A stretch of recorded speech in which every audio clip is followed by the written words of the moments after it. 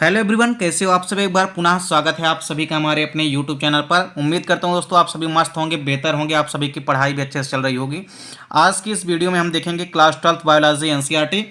देखिए यहाँ पे हम 2 अंकों वाले इंपॉर्टेंट क्वेश्चन देखेंगे। देखिए इसके पहले भी हमने कई सारे 2 अंकों वाले इंपॉर्टेंट क्वेश्चन की वीडियो आपको प्रोवाइड कराई है। अभी तक आपने यदि नहीं देखा है तो आप प्लेलिस्ट में जा करके देख सकते हैं। चलिए सीधे वीडियो को स्टार्ट करते हैं। पहला क्वेश्चन है ट्यूबेक्टोमी क्या होती है। तो ट्यूबेक्टोमी की यदि हम बात करते हैं तो यह बेसिकली एक पॉपुलेशन को कंट्रोल करने के लिए, यानी कि किसी भी प्रकार से जनसंख्या को नियंत्रित करने की एक टेक्निक या तकनीक होती है। इस विधि में क्या जाता है कि जो स्त्रियां होती है उनकी अंडवाहिनी नली, जिसको कि हम फैलोपियन ट्यूब कहते हैं, उस फैलोपियन ट्यूब को काट करके बांध दिया जाता है। अब जब फैलोपियन ट्यूब को काट करके बांध देंगे तो आपस में अंडाणु व शुक्राणु आपस में नहीं मिल पाएंगे, जिस कारण से निषेचन नहीं हो पाएगा और किसी भी प्रकार से जाइगोट नहीं बन पाएगा, ना ही भ्रूण बन पाएगा। अर्थात यहाँ पे एक नया शिशु किसी भी प्रकार से नहीं बन सकता है। अर्थात यह जनसंख्या नियंत्रण करने की एक तकनीक होती है जिसमें किसी भी स्त्री की अंडवाहिनी या फैलोपियन ट्यूब को काट करके बांध दिया जाता है, जिसे निषेचन की क्रिया नहीं हो पाती है, जिससे इस क्रिया को हम क्या कहते हैं, ट्यूबेक्टोमी कहते हैं। दूसरा क्वेश्चन है वैसेक्टोमी क्या होती है। वैसेक्टोमी में देखिए, इसके पहले भी आपने पढ़ा होगा, वैसेक्टोमी में क्या होगा कि यह भी परिवार नियोजन यानी कि परिवार नियंत्रण या जनसंख्या नियंत्रण की एक तकनीक होती है। इसमें क्या किया जाता है, सेम अपोजिट, जैसे वहाँ पे आपने फीमेल में देखा था, वैसेक्टोमी जो है यह पुरुषों के द्वारा अपनाई जाने वाली विधि है। इसमें पुरुषों की जो शुक्राणु नलिका होती है, जिसको वास डिफरेंस कहते हैं, उसको काट करके बांध दिया जाता है, जिस कारण से शुक्राणु स्खलन के समय नहीं निकल पाते हैं और निषेचन की प्रक्रिया नहीं हो पाती है। इस क्रिया को ही हम क्या कहते हैं, वैसेक्टोमी। तो ट्यूबेक्टोमी वैसेक्टोमी में थोड़ा सा अंतर है। ट्यूबेक्टोमी प्रक्रिया जो है स्त्रियों द्वारा अपनाई जाती है, इसे हम स्त्रियों की नसबंदी भी कहते हैं। वहीं वैसेक्टोमी को हम पुरुष नसबंदी कहते हैं, क्योंकि यह पुरुषों के द्वारा अपनाई जाने वाली विधि होती है। तो दोनों में थोड़ा सा अंतर है। ट्यूबेक्टोमी में क्या होता है कि स्त्रियों की फैलोपियन ट्यूब को काट करके बांध दिया जाता है, जिससे निषेचन नहीं हो पाता। और वैसेक्टोमी में आपको याद रखना है कि पुरुषों की जो वास डिफरेंस या शुक्राणु नलिका होती है उनको काट करके बांध दिया जाता है, जिससे स्खलन के समय शुक्राणु नहीं निकल पाते हैं बाहर।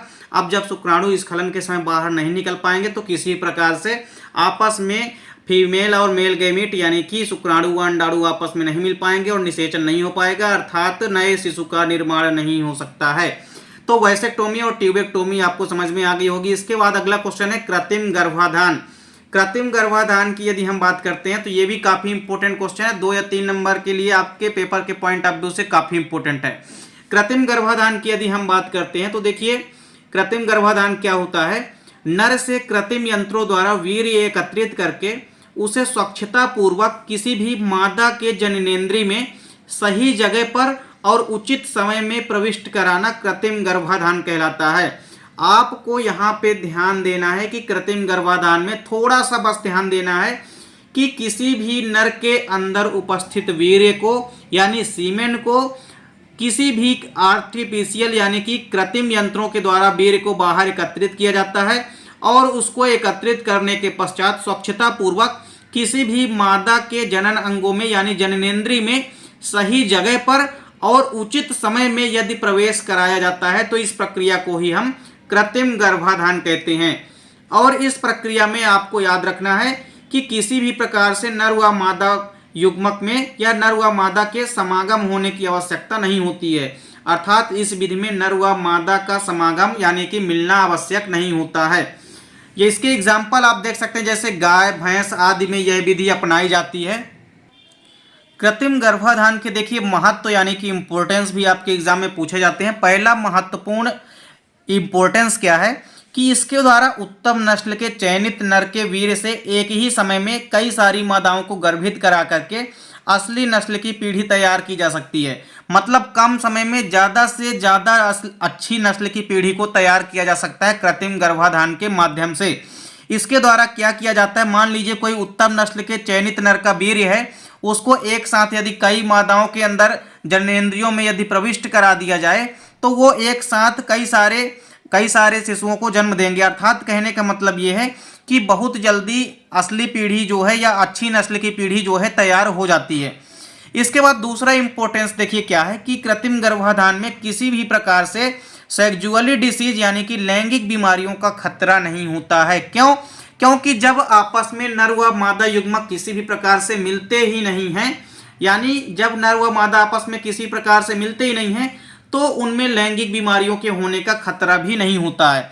इसके बाद अगला क्वेश्चन आपके एग्जाम में पूछा जाता है, अंतःगर्भाशयी युक्तियां क्या होती है, यानी आईयूडी के ऊपर आपको कई बार एग्जाम में पूछा भी गया है।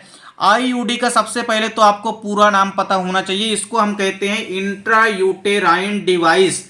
इंट्रा का मतलब आप समझ सकते हैं अंदर, और यूटेराइन डिवाइस मतलब एक प्रकार की यह तकनीक है। इसमें आप पाएंगे कि जैसे नाम से स्पष्ट है कि इसको हिंदी में अंतःगर्भाशयी युक्तियां कहते हैं, मतलब गर्भाशय के अंदर इस युक्ति को अपनाते हैं। तो इस विधि में समझना क्या है कि इसमें एक प्लास्टिक, कॉपर या स्टेनलेस स्टील की बनी कोई भी वस्तु होती है जिसको गर्भाशय में स्थापित किया जाता है। अंतःगर्भाशयी युक्तियां में एक प्लास्टिक की या तो कॉपर की या स्टेनलेस स्टील की बनी कोई भी एक वस्तु होती है जिसको गर्भाशय में स्थापित कर दिया जाता है। अब देखिए होगा क्या, यह शुक्राणु को गर्भाशयी नलिका में प्रवेश करने से रोकती है, जिससे निषेचन नहीं हो पाता है। कॉपर युक्त अंतःगर्भाशयी युक्तियां प्राथमिक रूप से शुक्राणु गतिशीलता को बाधित करती हैं तथा शुक्राणुओं को क्षतिग्रस्त करती है।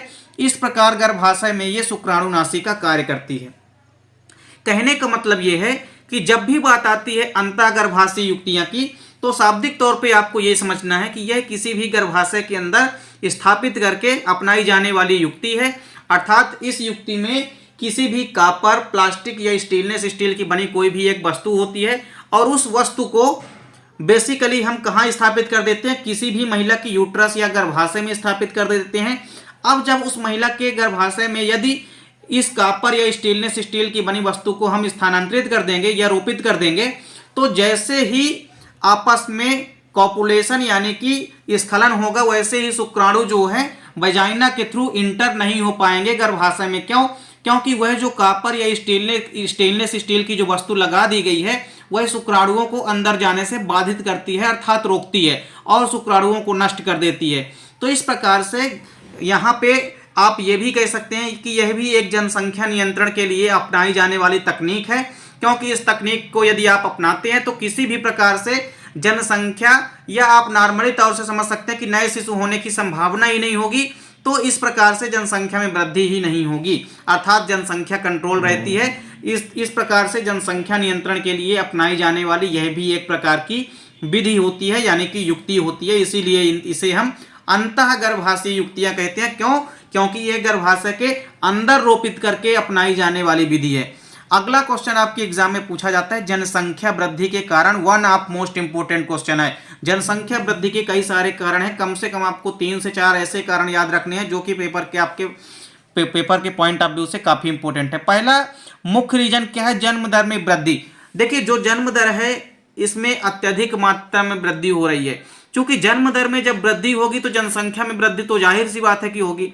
तो किसी प्रकार से आपको याद रखना है, जन्म दर में वृद्धि होने के परिणाम स्वरूप जनसंख्या में भी वृद्धि होने लगती है। इसके पश्चात दूसरा है मृत्यु दर में कमी।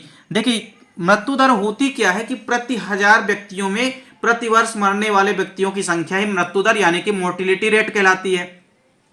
तो जब मृत्यु दर कम होगी, अर्थात मरने वाले जीवों की संख्या में कमी आएगी, तो इससे होगा क्या कि इससे जनसंख्या में वृद्धि लगातार होती रहेगी। तीसरा देखिए क्या है? प्रजनन दर का उच्च होना। देखिए आजकल महिलाओं के अंदर प्रजनन दर जो है उच्च हो चुका है पहले के मुकाबले। यदि हम देखें, मान लीजिए कि यदि कोई भी महिला 14 से 16 साल में यदि मान लीजिए प्रजनन होने के लिए सक्षम होती थी, तो वहीं ये प्रजनन दर आजकल उच्च हो चुकी है। 11 से 12 साल, 12 से 13 भी हो चुकी है। तो इस प्रकार से प्रजनन दर का उच्च होना, जिस वजह से जल्दी ही प्रजनन हो सकता है और एक नए शिशु का निर्माण हो सकता है। तो कुल मिलाकर के जनसंख्या में वृद्धि हो सकती है। इसके बाद अगला प्रमुख रीजन क्या है? देखिए निरक्षरता एवं सामाजिक कुरीतियां। कई सारी समाज में व्याप्त ऐसी कुरीतियां हैं जिनके कारण लोगों को लगता है कि यदि हम ज्यादा बच्चों को पैदा करेंगे तो वो ईश्वरीय देन है।